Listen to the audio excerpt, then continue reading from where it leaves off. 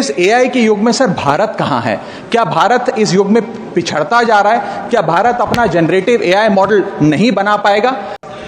माननीय Shri Raghav Chadha ji, need to tap India's potential in the field of artificial intelligence. Sir, आज मैं जिस विषय पर बात करने के लिए खड़ा हुआ हूं वो आज से भारत से कहीं ज्यादा आने वाले कल के भारत के लिए आवश्यक जरूरी है। मैं बात कर रहा हूं आर्टिफिशियल इंटेलिजेंस की।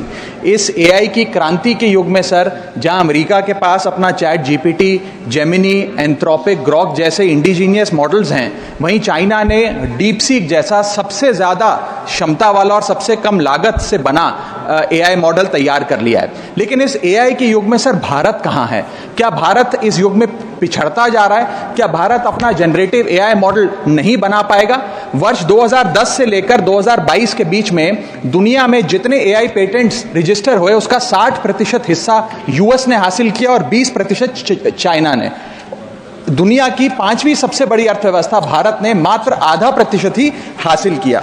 सर, यह बात तो सत्य है कि यूएस और चाइना के पास एआई में एक हेड स्टार्ट है 4-5 साल का, लेकिन वो इसलिए है क्योंकि उन्होंने अपने रिसर्च में, एकेडेमिया में और एआई डेवलपमेंट में निवेश किया।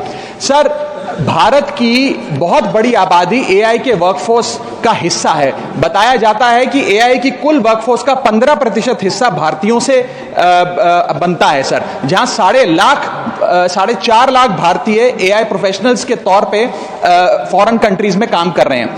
Sir, India ranks 3rd in highest penetration of AI skills. इसका मतलब यह है सर कि भारत के पास प्रतिभा भी है, मेहनती लोग भी हैं, ब्रेन पावर भी है, डिजिटल इकोनॉमी भी है और 90 करोड़ से ज्यादा इंटरनेट यूजर्स भी हैं। लेकिन फिर भी कहीं ना कहीं आज भारत एआई का कंज्यूमर बन गया है, एआई का प्रोड्यूसर नहीं बन पा रहा। सर, ओपन एआई के फाउंडर सैम ऑल्टमैन से जब भारत की एआई पोटेंशियल के बारे में पूछा गया तो उन्होंने भारत को नकारते हुए कहा कि भारत का एआई पोटेंशियल पूरी तरीके से होपलेस है, यानी कि निराशाजनक है।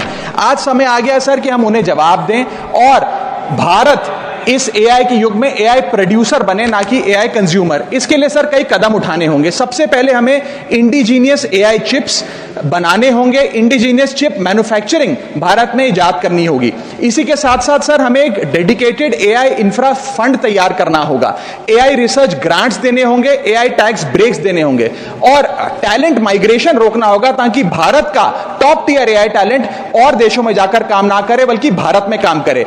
इसी के साथ साथ एआई के इंडिजीनियस स्टार्टअप्स जो हैं सर, उन्हें एक्सेस देना होगा large volume of existing data को, जो मेटा, माइक्रोसॉफ्ट और गूगल के पास है लेकिन भारत के पास नहीं है। और अंत में सर फाइनेंशियल इन्वेस्टमेंट हमें बढ़ानी होगी, जहां यूएस अपने जीडीपी का 3.5% एआई रिसर्च में खर्च करता है, चाइना 2.5%, वहां भारत मात्र 0.7% खर्च कर रहा है। सर, आने वाले काल में इस दुनिया पर वही राज करेगा, वही विश्व गुरु होगा जिसके पास एआई की ताकत होगी। इसलिए भारत को सर मेक इन इंडिया के साथ साथ मेक एआई इन इंडिया की ओर आगे बढ़ना होगा।